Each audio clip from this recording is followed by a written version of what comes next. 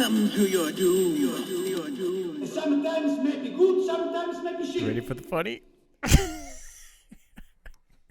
No pressure. Do you have? I'm joking. I thought you had something like No, lined man. up. That felt like he was. I'm like, oh, good, he's got something. I was trying to be silly because I'm like, all right, are these both going? Welcome to Non-Essentials Oh, no. Podcast. This is episode 136. That's not it. That's fine. No, I really thought you. I'm like, he's dialing up, so he's cooking up something good here. He got his phone ready to go, and he's like, "Are you ready for the funny?" I'm like, "That's the Adam I know." Yeah, we can do it. I was trying to gas myself up, man. All right, I'm Jake Gast Bussy. Oh, So- I'm Adam Gassy Riley. You And guys all know that. Yeah, say welcome to episode 136. Again, we're brought to you by the Comedy Cabin here in Hey. Janesville, Wisconsin. Please go to cabinlaughs.com for all your ticket needs, and we've got some good ones coming Yeah, up. don't we have the Badgerland? Yeah, Badgerland Comedy Fest. That's going to be pretty awesome. So, and there you go. Patreon members for the podcast, you know that you can always come by the tattoo shop and receive free tickets. Yep. So there you go. Got you covered. All right. So, you know what, Jake, you and your family, you guys go to the library a lot, don't you? I hear they do. You hear they do? Yeah. Okay. So have you ever had like late fees? Of course. Obviously for your Yeah. family. Actually, tons, because my kids do enjoy reading, and Okay. then the books go like under the bed because they are my kids. Yeah. So, So what would you say like you've paid so far in late fees, like, or the highest late fee you've paid, or any of them? I think it was in the 80s. Dollars Yeah. for how much? How many? It was books? like it had been there, it had been gone for a while. Oh my god! I just would never return it. Well, I think at some point I would just buy. At some point, it becomes like you have to replace the book because okay. maybe it was like we couldn't find it or something. $80. It was a lot. Okay. Well, how about you guys? Right? Late fees. Okay. So and by I had the to way, raise a child from a late fee a couple times. all right. So the Worcester. Oh my God! How do you say Worcester? Worcester. Worcester. The sauce? Oh no, it's Worcester. Worcester Oh. Public Library, Massachusetts, has devised a plan to help locals get rid of their late fees. Now, you can actually pay for your late fees at the library. Now, this is just for the month of March. You can pay for your late fees with Pussy Picks, and I'm not kidding you. And honestly, like, and Boston. it doesn't. In fact, they will even accept like a drawing of a pussy as payment. Right, you don't even have to have like just an actual photograph of a pussy. Now, what they're trying to do here is they're trying to clear up like overdue fees and recover some of their books, right? Sure. And even into the first 5 days of the March thing that they're doing here, Sure. that they had over 400 returns just in those first 5 days of people like having their late fees wiped by those pussy picks. I don't understand. Is it like? I'm trying to cut. Is this like a the OnlyFans? No, this is this is a U.S. public library. Keep in mind, and honestly, I personally think it's adorable because like it doesn't even have to be your pussy. You can submit a pic of anyone's feline friend. There it is. Like if it can be like they're anyway. So they're It's calling. honestly, it makes less sense because this is the same government that brought you the nickel for 10 cents. They're calling this promotion Meow Madness, right? For March Madness. And and I should also mention that it isn't just kitties that they're accepting, right? They're honoring pictures of dogs, and they even honored a picture of a whale to help get rid of these late fees. This is just And like I just hope it was like a picture of Brendan Fraser. there you go. Yeah, it counts. It counts. Yeah. So real question here is. There's no monetary value to these pictures whatsoever. They're not turning around and actually. This is. I think it's to get just a cute people- thing. Okay. It's just an adorable thing that they're Sure. trying to do to come on, bring our fucking books back. Sure. You know, and honestly, like with that being said, yes, it's very cute, it's very adorable, and I had to ruin it with my double entendre. But here's your Fight Club quote: "I felt like destroying something beautiful." So, so here's your Fight That's Club actually. It's kind of a cute program. I It guess. is. Well, no, and it's actually a great way to get, I guess, get your books back. It'd be annoying to just be like, just wipe the late fee. Or do I really have to? Is it just on my phone, or do I got to print it off I get Max? it. And I don't know. Yeah, I mean, what if? Yeah, they were. I But paint you a picture. Of well, no, seriously, like you could just draw a cat. Dude, and you then know be what like, I would There do? you go. You know, I'd find that librarian and I'd give her a picture of her cat with her sleeping behind I it. was just gonna say that. Sleeping on the end of her bed. There you go. You done being cute? You still. Yeah. You know, a book I checked out? How to Bypass Alarms. The poor man's James Bond or whatever that She's book just a is. sweet lady. Yeah. But So, anyway, no, isn't that cool? that's it's good use of it's. Of pussy jokes. It'd be weird if they like didn't waive them. A kid's like only has a dog. Oh, you said dogs. Yeah. So That's what they picture, said. Yeah. Picture So, of a pet. The one poor kid that wants books doesn't have a pet or anything like that. A picture of your imaginary friend. So anyway, that's interesting. Actually, I got a weird story about a good friendship, and I'm gonna bring this up because I know you love sports. okay. So this is something that actually it's like developing right now, and the details are still like really hazy. Do you know who Shohei Ohtani is?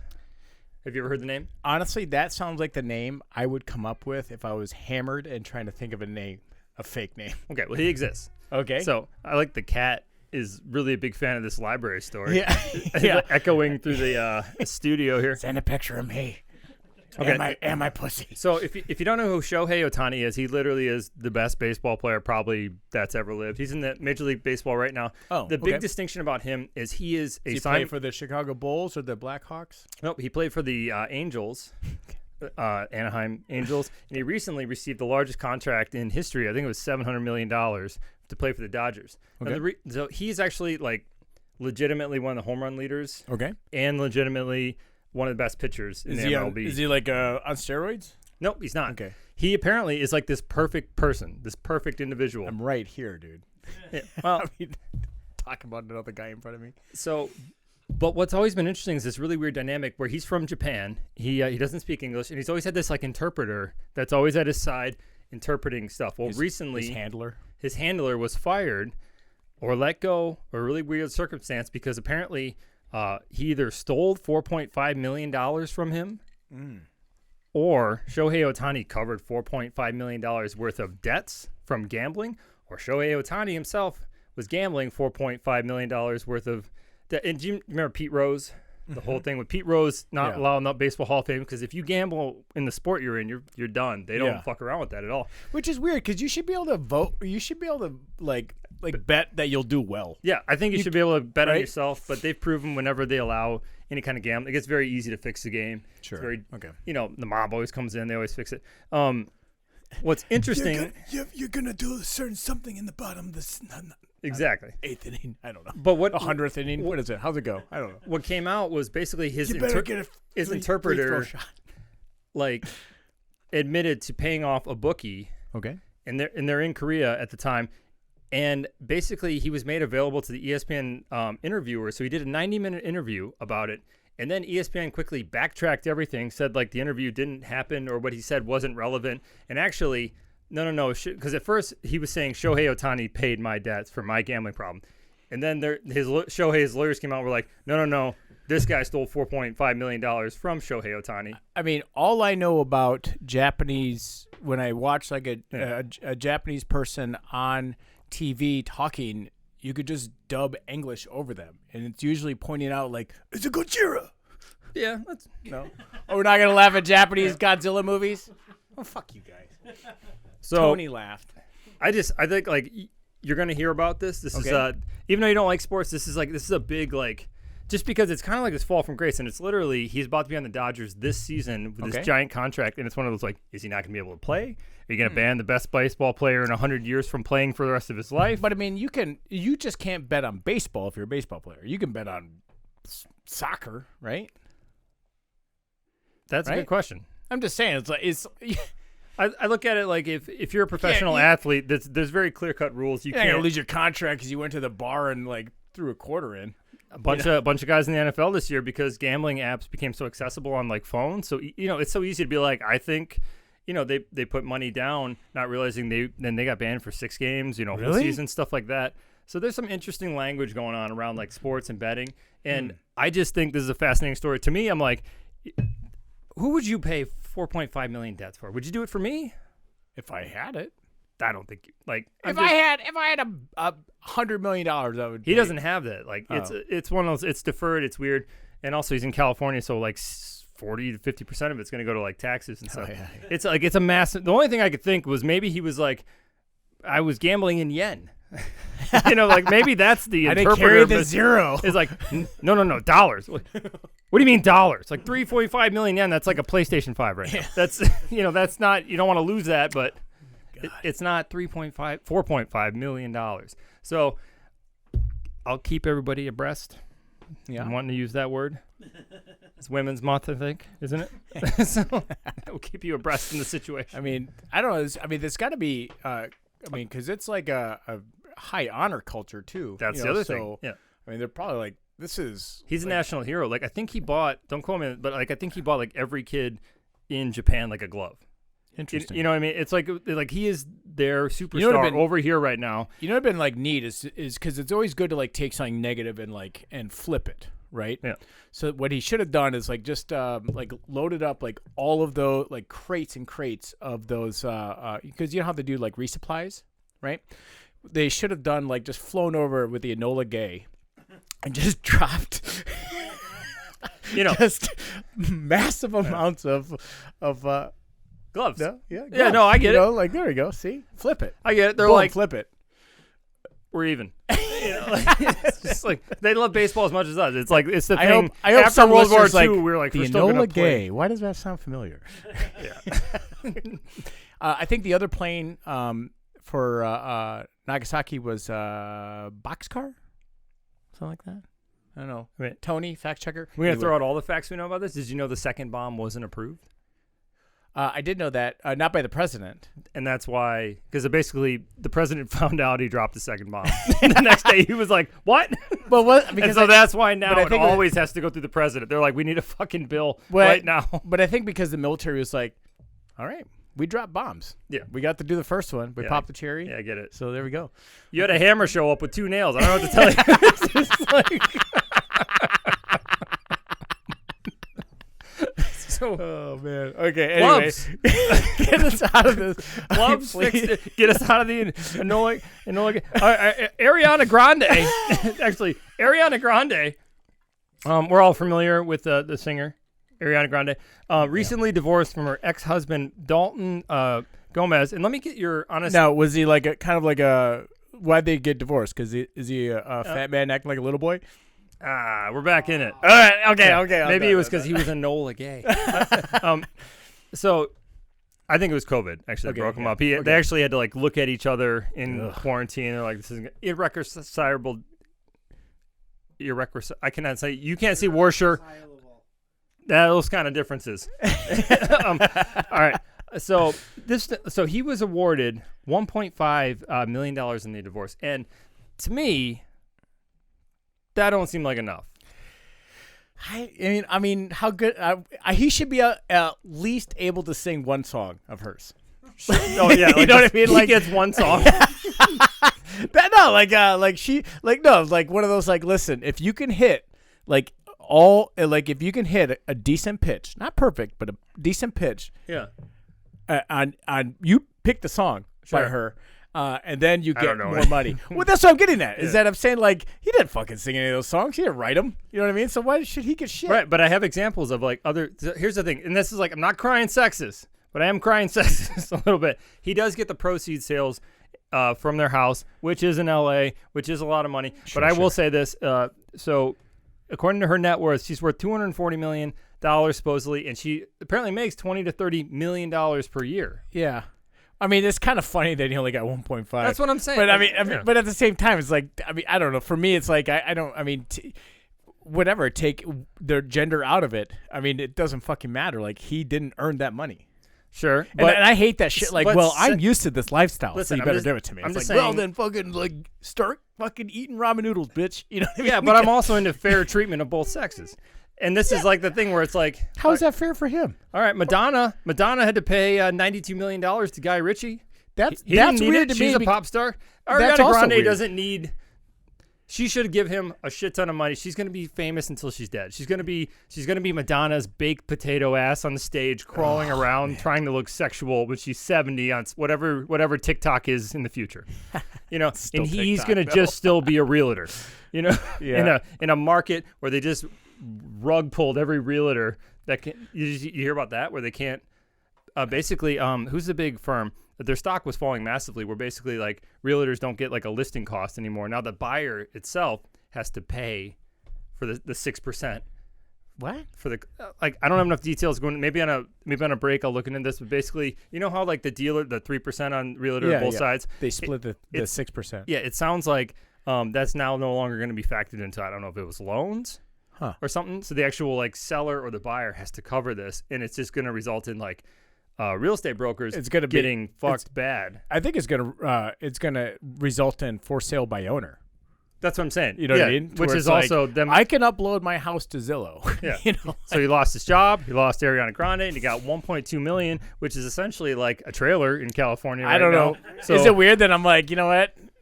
Bet it all on black, and you know what I mean? Like, put it all black, go somewhere. Here's all I'm saying. Shohei Ohtani covered 3 to 4 times this in a buddy's gambling debt. And Ariana Grande gets to just walk away from this marriage. Scott, like Michael Jordan, 17 years of marriage, $169 million. Paul McCartney's wife never sang a fucking song, $250 million. Yeah, that she fucking shouldn't have shit either. Yeah. But honestly, what's if he wanted Tiger Woods' wife? If he wanted something bigger, he should have probably married Ariana Vente. You know what I mean? That's all I'm saying. There's your soundbite. That's good enough. That's good enough. Maybe he gets that joke. Then at least you get 20. Yeah, he gets that joke and he gets to tell it. 20 means Vente. Thank you. Tony got it. So, I think if you divorce someone that I know their name, you should get more. Fair enough. I guess. Like a 39-year-old male brain knows Ariana Grande. You have more money than $1.23 million and $25,000 for lawyer fees. I mean, you may have to cut this, but if you don't, I'll just try to be as anonymous as possible. I know somebody who is from a very wealthy, famous family in this area, and when she got divorced, her husband was like, "I don't get anything," because her dad like just had him just sign just a airtight, just tasty fucking prenup. Yeah, but right? all these people have prenups. There's ways around that. The vacation house, the fucking cars, everything was just like, I'm in an apartment, you know. So like, but like, and honestly, it's like, dude, well, you fucking get what you get what you. I don't know. Here's what I'm saying. They were married 3 or 4 years, right? That's nothing. Prenups are only correct me if I'm wrong, but a prenup is basically like what I made before you is still mine. You don't get that. So then they're married 3 or 4 years. She makes $20 to $30 million a year. Right? Shouldn't he be entitled to the 50% of the 3 to 4 years worth of marriage? I don't know. Like literally, he's in a studio apartment. Basically, who's the SNL guy? I mean, which one? There's been decades of SNL guys. Kanye's ex's ex. No. Pete Davidson, right? Pete Davidson at least got How a do big. You know the girl in the know crowd? She's Pete, like, oh, Pete Davidson at least got a big dick rumor out of that relationship. She's like, this guy got fucked. She goes, I think you're talking about Peter. Yeah. Peter? Oh, yeah, Peter D. His name is Peter. Like Peter D. Like that's what you want out of a divorce. This guy got fucked. Yeah, that's all. I don't know. But all I'm saying, well, here's what it is. It's I'm for much for equal treatment, and I just have not seen it the other way. And when I see this one kind of happen, I'm like, that doesn't seem kind of fair. So, and it's Women's Month, so I'm for equality. I do think it's weird that, like, because Guy Ritchie is independently very famous. That's the other thing. Guy Ritchie didn't need it. Yeah, like, so it's kind of like, I don't really understand, you know, the... Yeah, it was a fuck you to Madonna. Yeah, fair enough. Yeah. She's a material girl. You know, I saw somebody created, speaking of, like, bad divorces, I sent it to you. I don't know if you remember this or not, but I sent it to you like a couple weeks ago. But it was someone did some AI art, and it was Johnny Depp. And it was like she will be heard. Yeah, and it was Johnny Depp playing Amber Heard in a movie. That one's gonna be a turd. That's a real stinker. Yeah. So this is gonna be dropping a box office bomb right on the pillow. So I don't know if like that was like 2013 for you or 2023. I was gonna say 13. Oh my god, I think I got hit in the head. Anyway, but like because that's very like 2023, right? Sure. You know what else is kind of 2023 that I want to bring back? Sure. Idioms. All right. I haven't done an idiom in a while, right? And so like when I look up, and like longtime listeners will know, like I'll look up a different idiom that is commonly used, and I'll talk about the origin of it. Okay. Now this one I thought was kind of funny, right? Now and I do want to say that like the idiom thing, it isn't from like a lack of not wanting to do it, but I just try to use the ones that I or look up the ones I use, right? And I'll be honest with you, the reason why this one came into my mind is because I was listening to Interpol recently. Okay. And do I need to clarify like the band Interpol, and I wasn't like listening to like a police scanner, Yeah. like international police. Okay. Just like, all right. Sorry. No. Do the accent. Okay. We found it. All right. Let's hear what Interpol sounds like. All right. Suspect has a kilo in his bums. Sounds quite right, isn't it? Okay, anyway. Come again? Didn't catch that. Oh, I said. All right, so anyway, I'm curious, Jake. That's why they never solve anything. They can't understand each other. Yeah.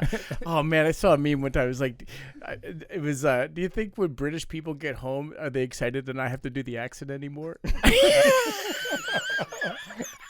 Been a long day. It's a long day, isn't it? All right, so anyway, I'm curious, Jake, if you can tell me what you think this next idiom means and the origin of it. And it handle with kid gloves. That handle with kid gloves? Yeah. Like if you need to handle with, we need to handle this with kid gloves. Or I have to handle this person with kid gloves. I assume it means to phrase things delicately in case minors are around to hear it. Like almost like handle it with kid gloves. When you say minors, you talking about like under 18, or are you talking about like you digging the rock for ore? Under 18. Okay. That's I just like, want to make sure. I think it's the same thing almost as like earmuffs, where you can't speak frankly around. Okay. That's what I always thought of it as. And what would you say you think the origin is? To handle with kid gloves? Yeah. Hopefully it's not Epstein's Island. That's just turning kids into gloves.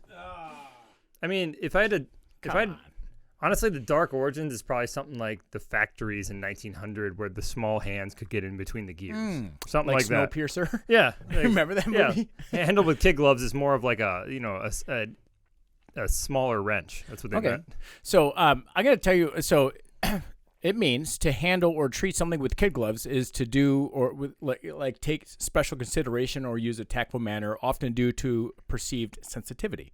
Sure.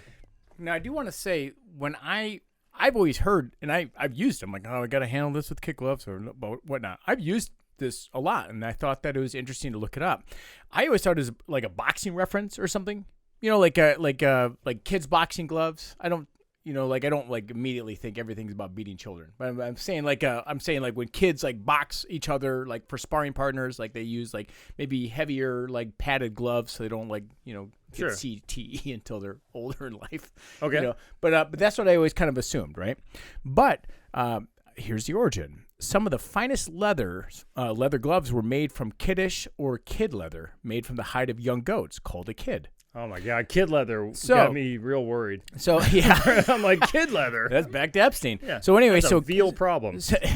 So kid leather is often, kid leather is especially soft and thin. So the wearer of kid gloves must handle objects carefully so to not scratch or rip the leather. To handle things with kid gloves mean to handle a situation carefully, as if you're wearing very fragile gloves. I will now forever think of Michael Jackson's one glove. As kid gloves. Man. But anyway, so I thought that was I didn't even think about like the other kid, like a term for a kid is a young goat. So. I mean, we have goat gloves for the rest of us. I mean, yeah. I guess, but I don't know. It's kind of cool. It's interesting. Yeah. Like, I guess. Did anyone know that? It does track and makes sense. Gloves are made out of goat skin. Say again? Welding gloves are made out of Welding gloves? That's goat skin. There you go. Okay. All right. I didn't know that. I wonder why. I've got lederhosen made out of goat skin. Okay. Fascinating. Interesting. I like to think it was boxing gloves, like you said. I know. Like, I hate the fact that I was like, that's probably about kids fighting. Sure. Do you want to delve into what I consider the big story of the week? Let's hear it. What's the big story? So, have you heard of the name John Barnett? I have not. So John Barnett recently... Is he a baseball player? No. John Barnett recently was testifying against Boeing. Anything? I didn't know him by name, but I heard... okay, keep going. All right. How about I'll just read a timeline, and then maybe we'll talk about some of it. So, because it's a big story, and I know we don't try to tackle a ton of stuff on this, but the timeline goes January 5th. You remember the door plug failure in Alaska? We all saw the video of that gnarly thing where the door blew out, right? Yeah. January 8th, airlines finds more loose parts on the ground under the Boeing 737 MAX jet. Lawsuit alleges defects. It's like when you put together like IKEA furniture. You're like, what the hell? You got like 8 extra screws. You're like, those are probably extra. Yeah. And then like 6 months later, that thing just buckles. Like, it's fine. The IKEA plane. Okay. So January 12th, the FAA announces an audit of Boeing production. Not going great for Boeing. Nope. All right. Not Boeing great. It also like hints of a major industry shift. January 16th, apparent Boeing insider blames the company for the door plug failure. So now we're getting heated. January 24th, the FAA clears Boeing 737 MAX 9 to resume flying. This is only a couple weeks after the door flew off. And I remember there was outcry for like, are we sure about this? January 26th, Alaskan Airlines puts Boeing 737 MAX back into service. But some passengers basically express reluctance to fly. This is where a lot of the memes started popping up. I think my favorite meme that I saw so far is that that if you're on a Boeing plane, it is no longer tacky to clap when it lands. Nice. I'm alive. Yeah. There's one guy that didn't want to go to the meeting. He's like, Oh. So February 6th, the NTSB preliminary report reveals missing bolts from the door plug. February 21st, head of the 737 MAX program departs from Boeing. February 28th, FAA gives Boeing 90 days to develop a plan to address systematic quality control issues. March 4th, FAA audit criticizes Boeing and Spirit Aerosystems for manufacturing quality. So this is bad for Boeing this whole spring. March 6th, criticized Boeing for not sharing key information regarding the door plug. March 8th, Boeing says it can't locate documents related to the door plug. March 9th, former Boeing whistleblower John Barnett found dead in Charleston, South Carolina. This was after basically beginning his testifying about his 30-year tenure where he made numerous complaints about quality control issues and a culture of basically sidestepping regulations put in place to make sure these planes don't have these issues. I heard or saw something that I guess he was saying that basically that they were like kind of good enough with a lot of stuff, or they go get like parts from a junk pile. So what was happening was basically parts were needed for unfinished planes. In some instances, people were basically taking parts from a different plane and basically that weren't designed to fit in this other plane, but basically it was like good enough. There was safety issues like normally if you service this plane, it's supposed to be checked by someone else. People were being allowed to check their own work. Quality control issues. And the thing is, it's like this is 30 years worth of complaints. So he was taking legal action against his former employee Boeing for what was called a constructive discharge in March 2017. And again, that's after 30 years. He was seeking damages for back pay, loss of benefits, emotional distress. Basically, they were not documenting the defects that were occurring because there's always supposed to be like if a plane crashes, just they want to look like back. Just lots of like cut corners. Yeah. So in the lawsuit, he also said he filed with the U.S. Department of Labor. He says in January 2017, Barnett was notified that he was on, and this is a quote, number one of 49 listed in an email on the supervisor's desk titled "Quality Managers to Get Rid of." So basically, there was he was calling them out on their shit. They didn't like it. Yeah. And after 30 years of working there, getting blackballed, getting fired, 2017, so like 6-7 years ago, getting let go, he finally got a chance to testify. I told you. And after this fight, he decided to kill himself in his car. Exactly. And that's the best part too. Is like is that I shouldn't say the best part, but usually, like actually one of our listeners is a medical examiner, and they said that. The things that they look for when it comes to suicide is dominant hands. Sure. Like if someone's like, oh, they're right-handed, but they like just miraculously use their left hand to blow the back of their head up. That's. I do kind of think like if I were to do that, I'd call Hillary Clinton 6 times before just like just frame somebody, just like throw them like. So I have here's one of his allegations. This is a good like. He alleged the emergency oxygen systems that were made for the 747 Dreamliners had a failure rate of 25%. This meant that a quarter of the 787 Dreamliners had the potential to rapidly basically suffocate passengers during decompression. This report that he filed was like because not passed oxygen along. Gets you high. There's your Fight Club reference for the. That's actually perfect. There It we fits go. right in there. Yeah. So like, I want to look more into this. Is like, let's just end it with the thing that everyone says in these. He basically, he was talking to someone. He said he wasn't concerned about safety because I asked him. Jennifer said. Before adding, I said, "Aren't you scared?" And he said, "No, I ain't scared. But if anything happens to me, it's not suicide," which seems to be like the battle cry for everyone about to like kill themselves. Yeah, in their car. yeah. So that's like, the like I am not depressed, right? Yeah, and like Boeing stock because of this is in free fall. Huh? Like just like the planes. Exactly. Okay. All right. I mean, honestly, buy Boeing, guys, because the government's going to bail them out. So there we go. I like to think like Spirit Airlines, like, oh, just like everybody's giving us shit. Look at your golden boy. That's funny. All right. So you want to hear about a couple other golden boys here? Yeah. Well, I should say boys trying to get some gold. All right. So I've got a tale of two friends named Zhang and Liao. They're just trying to make it big in Taiwan. Now, see, Liao, he is one of those like crypto bros, and he had just recently dealt with some serious financial losses. So to recuperate his losses, he asked his friend John to help him with some, just a light little bit of insurance fraud, right? Real quick, is it bad when you're like two friends in Taiwan trying to make? I thought it was immediately those guys that built huts in time lapses. Oh my god! Do you remember watching all those, being like, "That's impossible," and then turned out, and then then they're like, then people are like.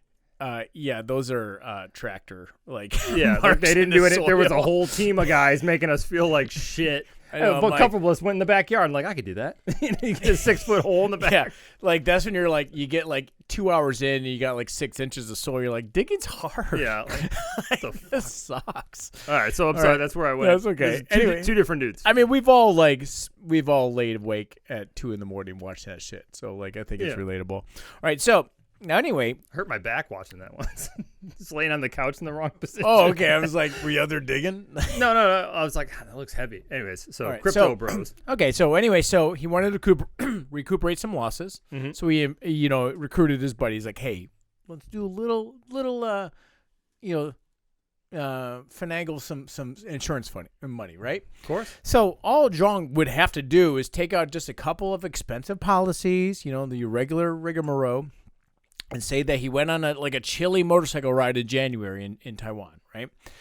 Now, the plan involved just a little bit of frostbite, which would then supplement, the crypto losses into some, cryo losses. That's what the insurance was for? It was like health and travel and all that kind of just all that, just a bunch of different. I mean, he maxed out all the different insurances that he could do, right? Okay. And I'm upset that we kind of slept on the crypto losses for some cryo losses here, right? So anyway, like cold cryo. Okay. Oh, fuck you. Anyway, all right. I will concede. Jokes are funnier when it was clever. Yeah. All right. Too clever for me. So, like the smallest amount of loss for Jean, right? Not that big of a deal. Yeah. And he would get to have they would get to collectively have like $1.3 million USD, right, with this payout. Now, obviously, I do like how he's like, first idea, crypto didn't go well. He's like, insurance. Yeah. Like, now, obviously, you can't go into a hospital and just like say, "Hey, I got a little chilly, so money, please." You can't do that. Sure.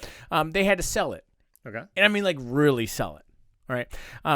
So Liao, he decided, he got John to agree to let Liao soak Zhang's feet in dry ice for just like about just a measly 10 hours to ensure that that the frostbite would take place. So how'd that go? Oh, I'm glad you asked. So while Zhang was at the hospital having both legs amputated below the calf, okay, while he was having both legs amputated below the calf, the doctors began to question the story because obviously, like things that I guess they didn't really think about is when you come up with some harebrained bullshit like this, is that doctors are going to be like, really? There's no marks from your socks? On this, and why are they like how fast were you going? Yeah, exactly. And then like also why are the like wounds symmetrical? Like unlike when you are getting frostbite like on the Everest or something, sure. right? So it's This guy forgot to factor in the kickback to the doctor for shutting Exactly. his big mouth. Shut the fuck up. Yeah. So anyway, he clearly froze his legs off riding a motorcycle. Yeah, hello. Happens all the time. Yeah, get the mob involved. Yeah, that's why people on motorcycles you see once in a while without legs. It happens. do you see that a lot? I don't think it's from frostbite. I think it's from hitting a deer or something like that. How do they use the clutch, or how do they? No, I'm saying they lose their legs having ridden a Oh, motorcycle. I thought you were saying people I thought he was like, when you see a motorcyclist without legs, it's no big deal. No, I've never seen it once. Okay, I was like, man, the stoplight would kill him. Yeah.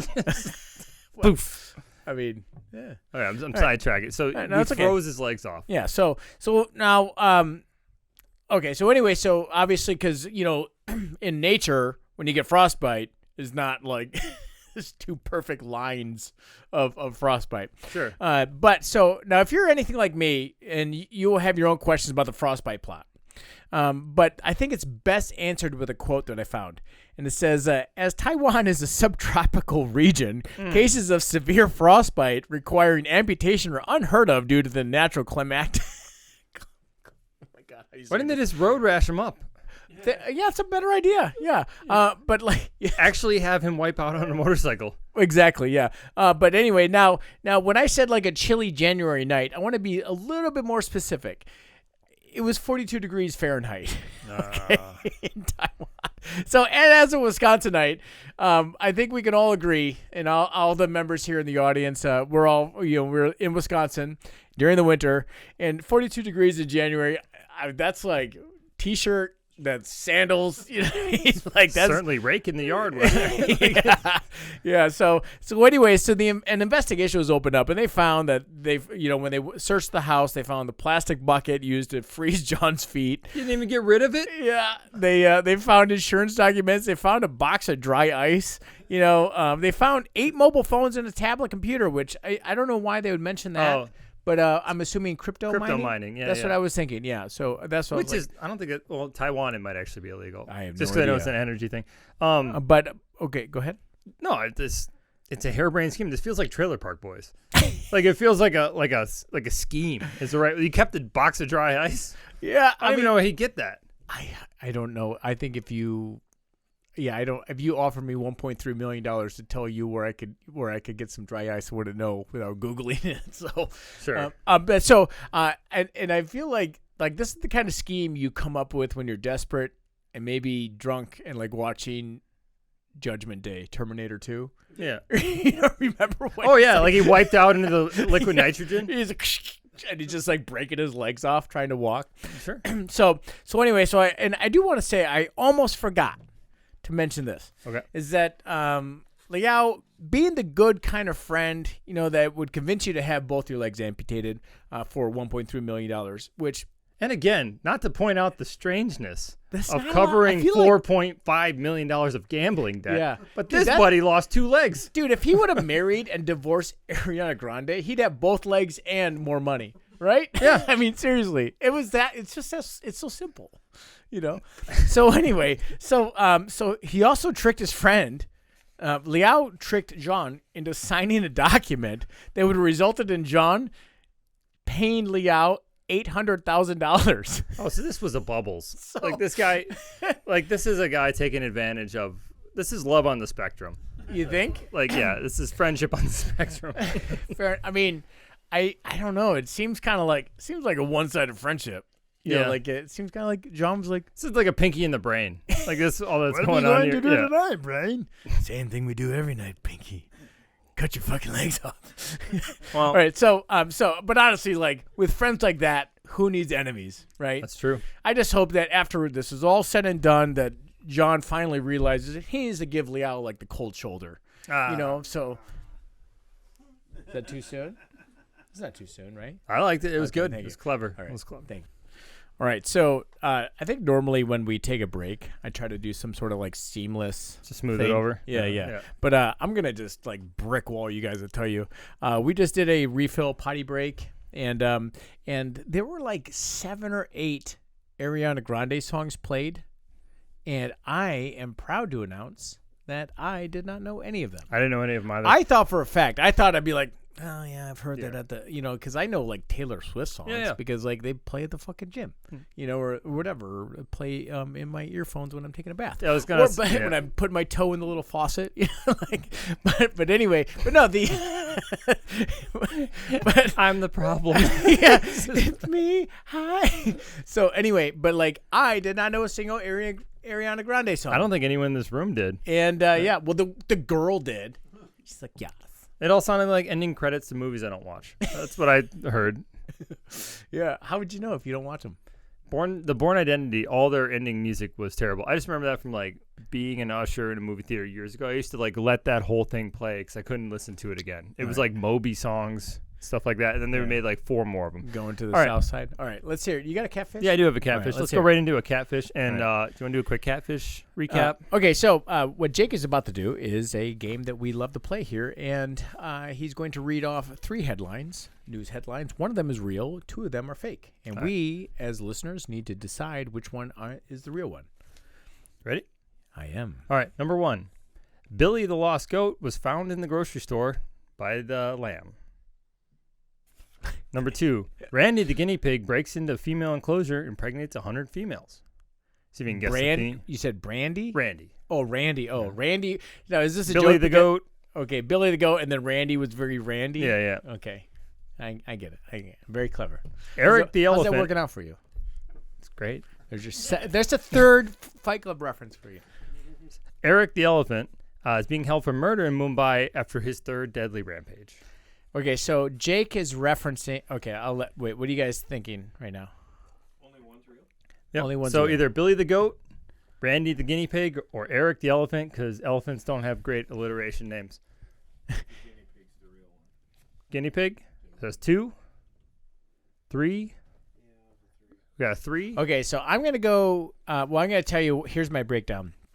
Is that I think that that you did the elephant one because that elephant last year that put that like went to that lady's funeral and went to the funeral pyre and like stomped her out like a cigarette. Yeah, I love that story. Like just like that, he did not forget. But so and then I think that there were too many puns, Billy Goat puns, in number 1. But what he should have said was that he was on the lamb. Because he's missing. That would have been funnier. Because I think, ew, Charlie, hey Charlie. I guess the headline should have been funnier. Yeah. There you go, you piece of shit. Anyway, so I'm gonna go. I'm gonna go with that horny fucking guinea pig. Horny guinea pig. I'm gonna go with number 2. All right, the correct answer.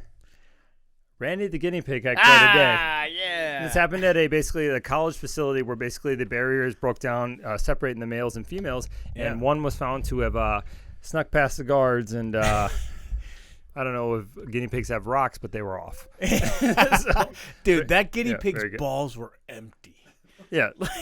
But from an evolutionary standpoint, he wins. I mean, he does. I mean, until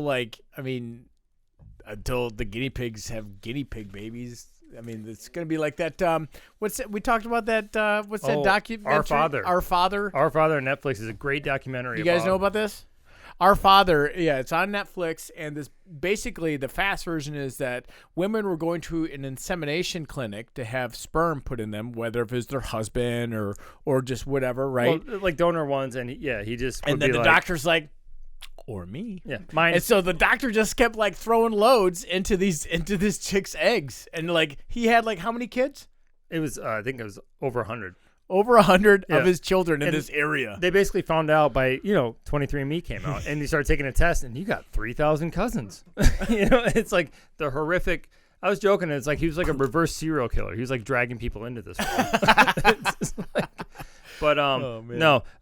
Randy the fertility doctor. I love that his name is Randy though. Yeah. That's great. Well, so that might have been editorialized from the headlines. Oh, okay. To where it might have just been guinea pig 17. He goes by 14. Randall. I think it was a place basically that were probably testing eyelashes or cosmetics or something on it, and those eyelashes worked. Just batting him at Randy. Yeah. And he's like, I can't take this anymore. He just like Kool-Aid Man through the fucking barrier. Oh yeah, dude. So it's like Planet of the Apes. It's like no. I saw. Speaking of testing on animals, I saw recently. I was at a CVS and I saw that that there was like it said the product was not tested on animals. It was just some wet wipes.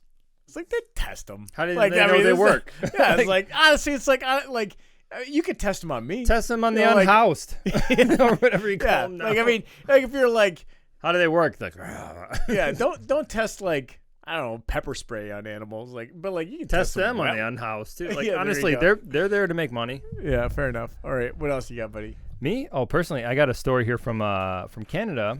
I think we were talking about this earlier at the shop. Sorry, I'm all out of order here. Should we just start singing? Yeah, Ariana Grande. sing. Nomad vagabond, call me. Oh, here it is. Okay, I thought sorry. Tony Okay. perk up, singing with So what happened? As I couldn't find my iPad today, so like I had to go Adam style with paper here, and I don't like it. Yeah. I don't like it at all.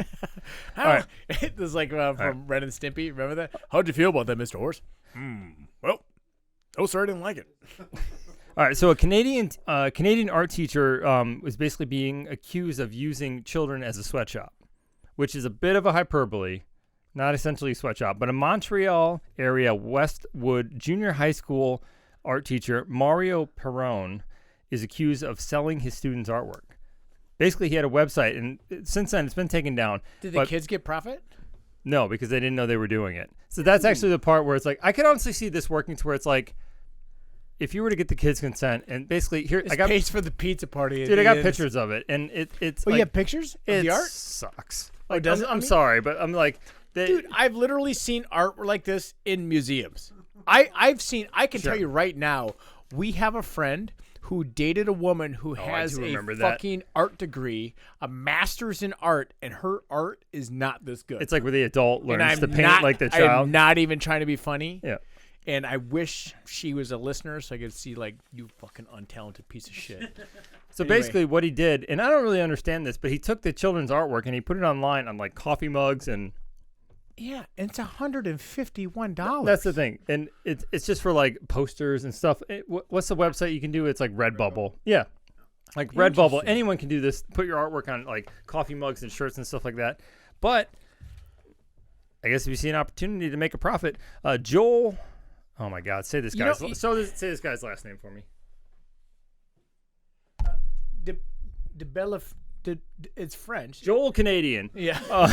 French Canadian. Yeah. Joel French Canadian. Parent of a 13-year-old student took legal action against the teacher and the school board.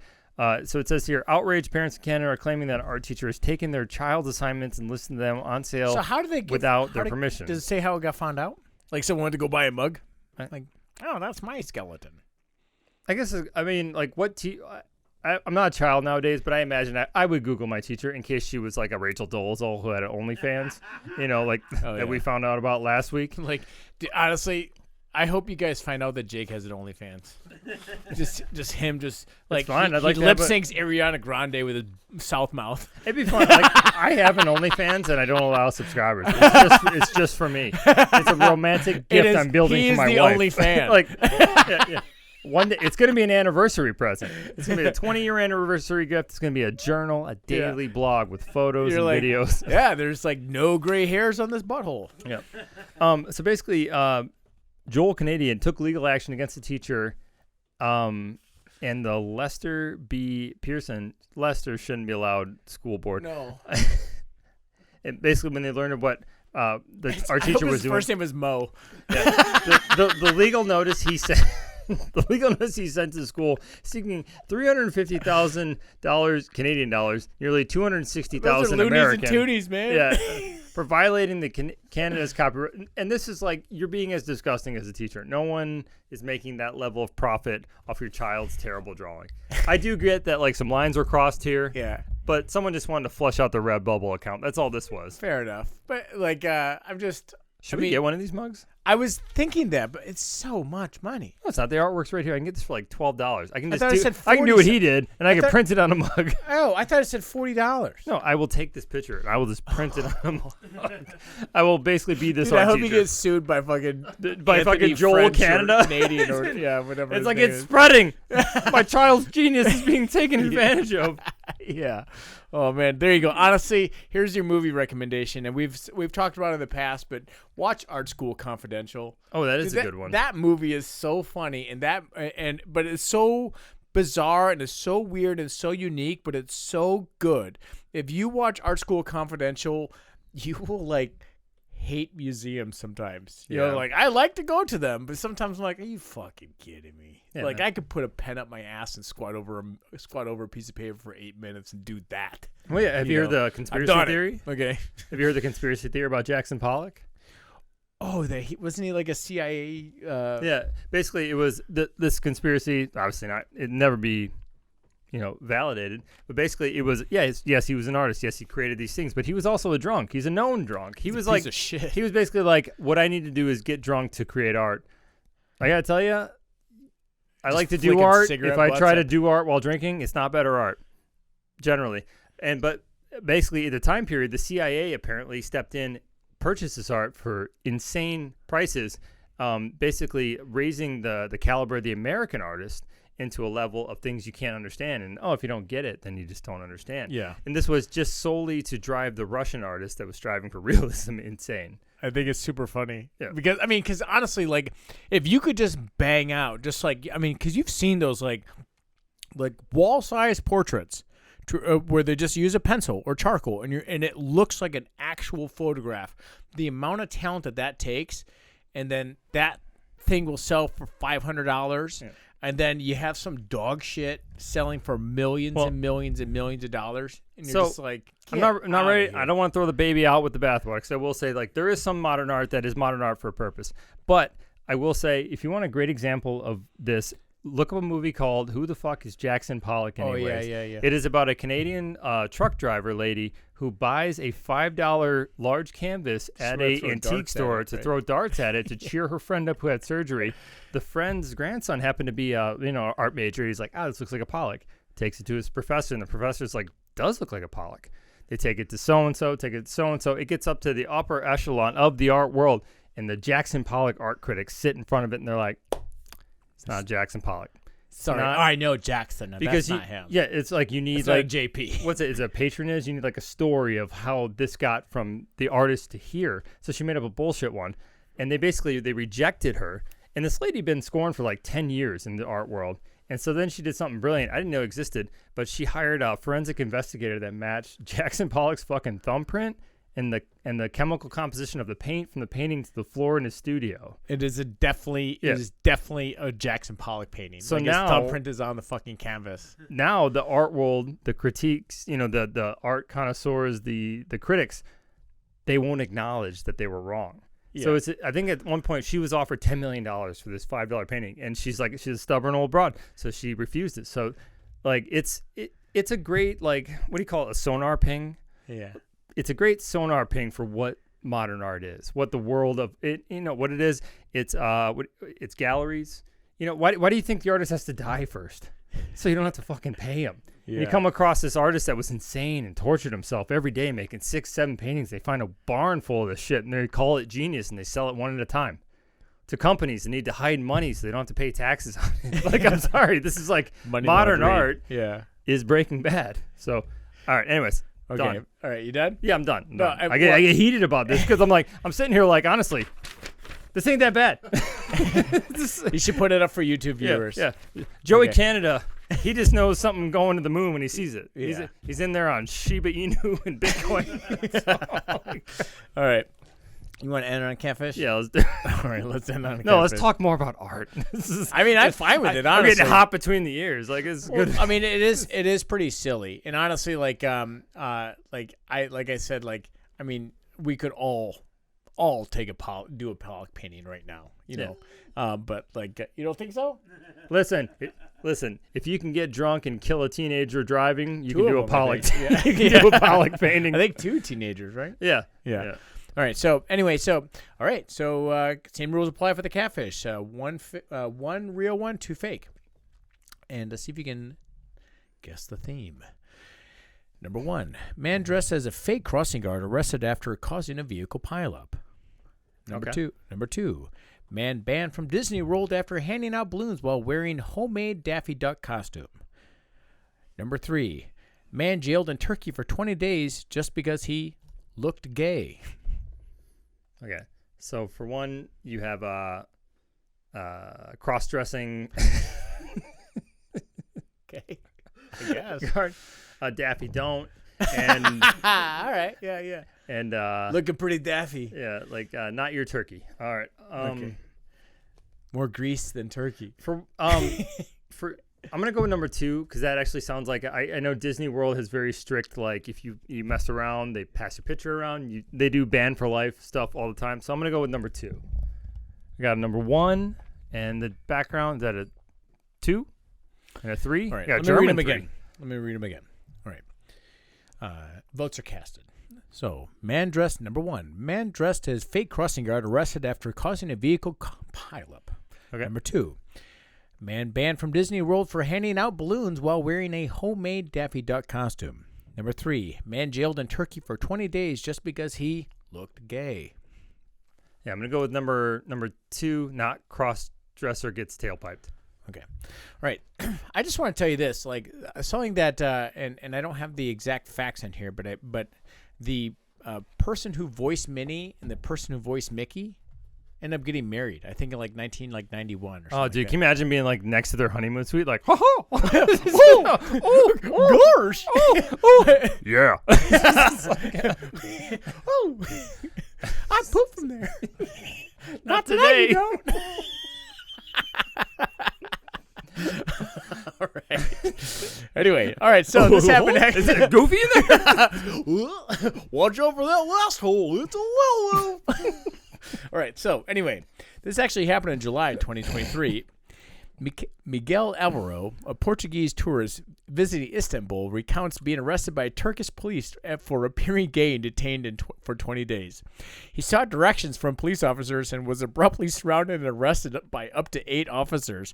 Mistaken for a participant in an unsanctioned pride parade, Alvaro faced mistreatment, physical abuse during his arrest. Go ahead.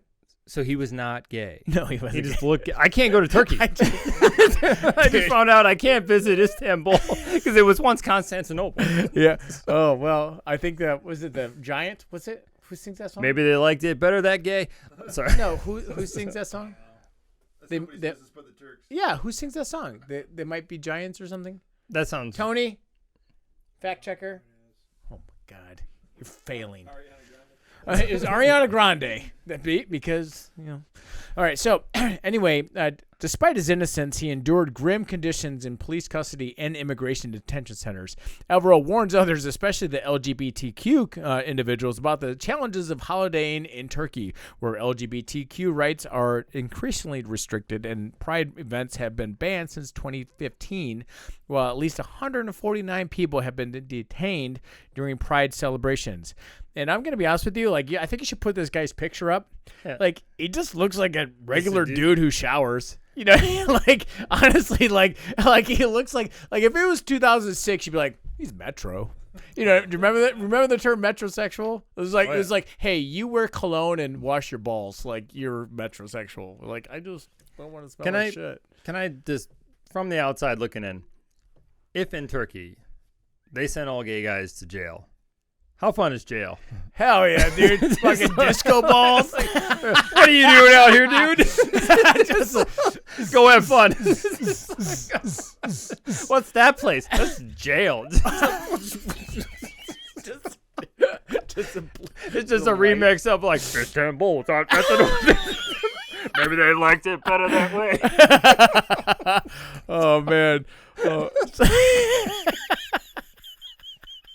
Dude, I mean, all it sounds like is like what the jokes are about jail in America. Yeah. Oh, man. There's no better way to end it. I'm out of stuff. Are you? Okay. Yeah. Well, hold on. I gotta see that song. Constantinople? Yeah. They might be giants. Did I say that? Oh, there you go. Yeah. I said it. Okay, yeah. So there we go. There's her outro music. So. You know what's weird? I think they're gonna they might be giants is gonna be in Madison in like June. How do you know this? We were looking this up earlier because do you think they're gonna play the one song we know?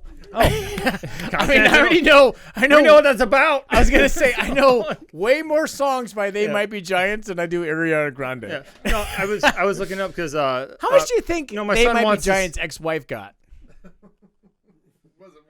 1.3. Probably got to go to jail. You can't get divorced in Turkey. Oh man. They liked it better. No, it was. I was looking up because my son wants to see. He wanted to see like Weezer, for like a birthday. Sure, that'd be cool. And, but like Weezer's in September and it's crazy tickets. So I was looking. Actually, I saw like Modest Mouse and the Pixies are playing in June. Oh, really? In Madison. I got my nose broken at a Modest Mouse concert. He did. I saw it. I seen it. It was fun. Yeah. So, man, how much are the tickets? For Weezer, Yes. it's like $260 a piece. And that's where I was like, I'm sorry. Fuck you, Rivers. I'm not Kumo, piece of shit. So I will be teaching my son to enjoy Modest Mouse over the next month, and then surprise him because honestly, still one of my favorite albums of all time is Lonesome Crowded West. Yeah, it's amazing. And the Pixies, which is the end song for this fucking podcast. Yeah, Surfer Rosa. There you go. That's, and actually, the song that's been ending the podcast is played by my son. Yeah. So I got her on the fucking YouTube copyrights. Yeah. Honestly, just put his shit on a mug and sell it without telling him. No, I pay him $2 per episode for that. So can't afford that. Invest in our Patreon, please. So we can pay his fucking kid. like he's bleeding, we're going broke. He's bleeding me dry. Oh man. All right. Well, I'm Adam Riley. I'm Jake. Grande. Yeah. I wish I was a Grande. I'm Adam Tall Riley. Yeah. Smaller than a Grande. All right, this has been episode 136, man. Later, boners. Bye.